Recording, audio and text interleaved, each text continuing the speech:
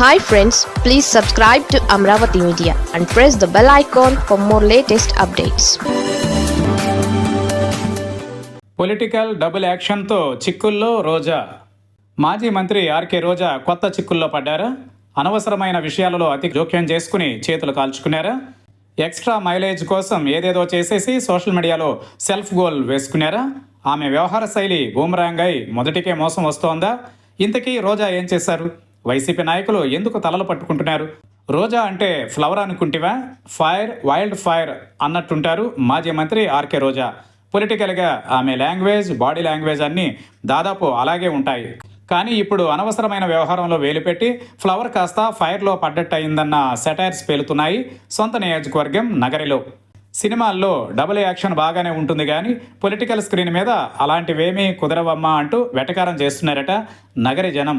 ఇంతకీ మ్యాటర్ ఏంటంటే, ఇటీవల ముగిసిన తమిళనాడు ఎన్నికల ఎపిసోడ్లో రోజా వేళ్ళు కాళ్ళు పెట్టేసి కాల్చుకున్నారన్నది లోకల్గా విస్తృత అభిప్రాయం.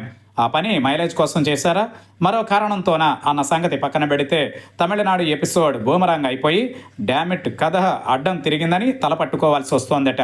ఈ పరిణామంతో నగరి వైసీపీ శ్రేణుల్లో ఆందోళన పెరుగుతున్నట్టు చెప్పుకుంటున్నారు. తమిళనాడు అసెంబ్లీ ఎన్నికలలో రోజా ముందుగా డీఎంకే తరఫున ప్రచారం చేశారు. తర్వాత తమిళగ వెట్రి కజగం అధినేత విజయ్ను ప్రసన్నం చేసుకునేందుకు ప్రయత్నించడం లాంటి పరిస్థితులే ఇందుకు కారణమన్న చర్చ జరుగుతోంది. నగర నియోజకవర్గంలో తమిళ ఓటర్ల ప్రభావం చాలా ఎక్కువ. వారు ఇక్కడ స్థిరపడ్డ తమిళ రాజకీయాలు అక్కడి వివిధ పార్టీలతో ఎమోషనల్గా అటాచ్ అయి ఉంటారు. అందుకు అనుగుణంగానే వాళ్ళ మధ్య స్పష్టమైన రాజకీయ విభజన ఉంటుంది. ఈ పరిస్థితులలో రోజా తీసుకున్న నిర్ణయాలు, ఎన్నికల సమయంలో ఆమె వ్యవహార శైలి నియోజకవర్గంలోని సొంత నేతలకే నచ్చడం లేదట.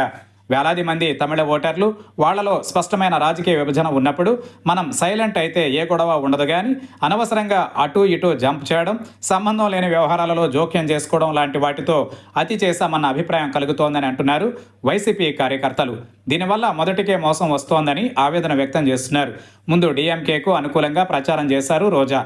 చెన్నై హార్బర్ నియోజకవర్గంలో క్యాంపెయిన్ నిర్వహించి మరోసారి డీఎంకేను గెలిపించాలని స్టాలిన్ ప్రభుత్వం ప్రవేశపెట్టిన పథకాలు అద్భుతమని చెప్పారు. సరిగ్గా అప్పుడే నగరి నియోజకవర్గంలో ఉన్న విజయ్ ఫ్యాన్స్ రివర్స్ అయ్యారు. రోజాకు వ్యతిరేకంగా సోషల్ మీడియాలో పోస్టులు పెట్టి హోరెత్తించారు. సరే, ఏదో జరిగిందేదో జరిగిపోయిందని అనుకుంటూ అప్పటికి ఆ గొడవ సద్దుమణిగిన ఆ తర్వాత మాజీ మంత్రి వ్యవహార శైలి మరింత వివాదానికి దారితీసింది. తమిళనాట ఎన్నికల ఫలితాలు తారుమారు కావడంతో వెంటనే రూట్ మార్చిన రోజా సీఎం విజయ్కు మద్దతుగా సోషల్ మీడియాలో పోస్టులు పెడుతున్నారు.